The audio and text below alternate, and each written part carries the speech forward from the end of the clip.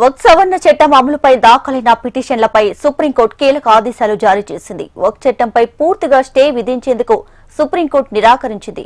ఇక వక్ఫ్ చట్టంలోని కీలక ప్రొవిజన్ ను సుప్రీంకోర్టు నిలిపివేస్తూ కీలక ఆదేశాలు జారీ చేసింది. కొత్త చట్టాన్ని నిలిపివేయాలన్న పిటిషన్లను పరిశీలించిన సుప్రీంకోర్టు ధర్మాసనం స్టే విధించేందుకు నిరాకరించింది. 5 ఏళ్ల పాటు ఇస్లాం అనుసరించిన వ్యక్తి వక్ఫ్ ప్రయోజనాలు పొందే అంశంపై కీలక నిర్ణయం తీసుకుంది.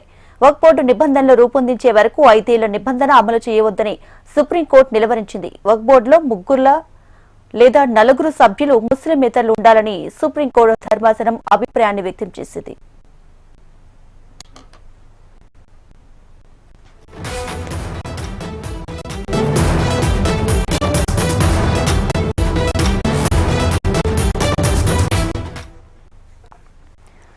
వక్ఫ్ సవరణ చట్టం అమలుపై దాఖలైన పిటిషన్లపై సుప్రీంకోర్టు కీలక ఆదేశాలు జారీ చేసింది.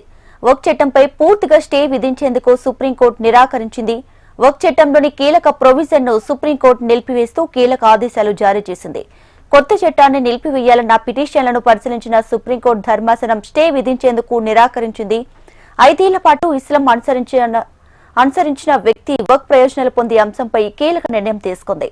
వక్ఫ్ బోర్డు నిబంధనలు రూపొందించే వరకు 5 ఏళ్ల నిబంధన అమలు చేయవద్దని సుప్రీంకోర్టు నిలువరించింది. వక్ఫ్ బోర్డులో 3 లేదా 4 సభ్యులు ముస్లిమేతరులు ఉండాలని సుప్రీంకోర్టు ధర్మాసనం అభిప్రాయాన్ని వ్యక్తం చేసింది.